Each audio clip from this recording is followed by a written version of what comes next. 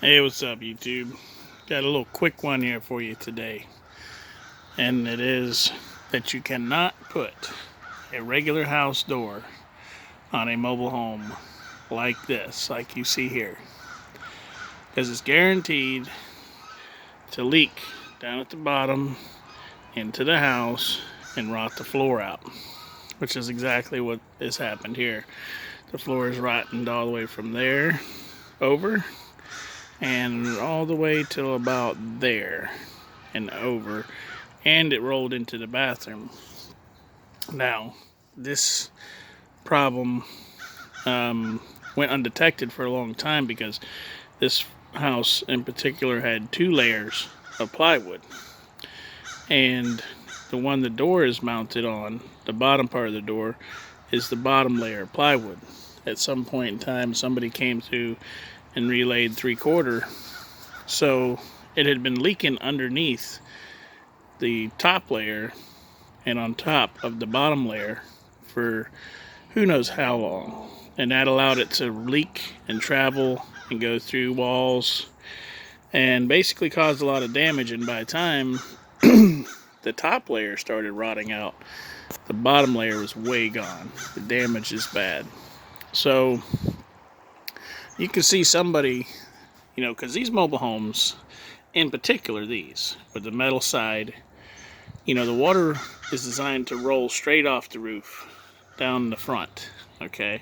So you see somebody did put a channel up there to divert that. Now that's wonderful if the rain always rains directly straight down, but that's not the case. Rain is going to come in at an angle, okay? House doors are not made to be watertight. They're made to be airtight so that they, are efficient and you're heating and cooling, but they're not made for direct water. Go look at any house you want.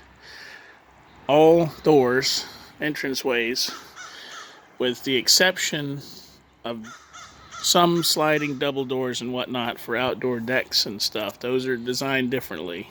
I'm talking about regular entranceway doors, have some kind of overhang. Okay, they're always usually, there's a porch in front of them, or they're in some kind of cove, okay, or they have at very least, an overhang. And I would say to adequately protect this door, that overhang off the roof needs to come off probably a good 4 to 5 feet to be at a good enough angle to block any kind of rain this way, but also it needs to be wider than the door by a bit in case it's some kind of indirect rain. Now, why do people do this? Well, number one, people like the looks of mobile home or household doors more than they like mobile home doors, because mobile home doors, the older style with the flange, are usually metal or fiberglass, and they just don't like them. Plus, they're more expensive.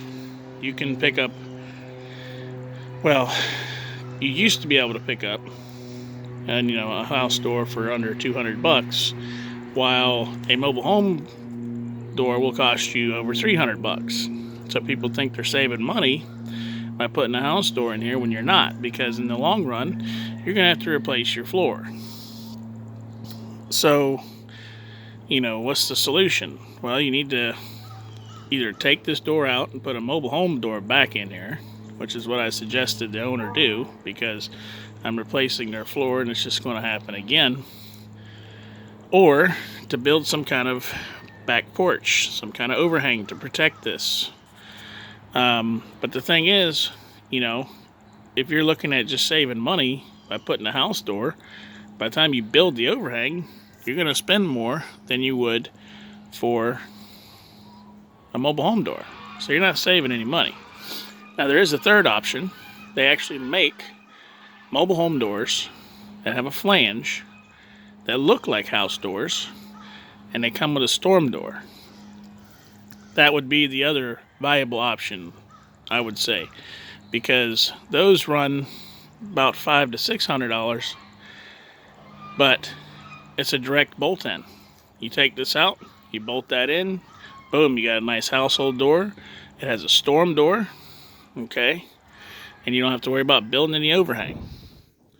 So I just wanted to share that with you guys real quick, that you cannot put a house door on a mobile home, because I guarantee you it will eventually rot your floor out.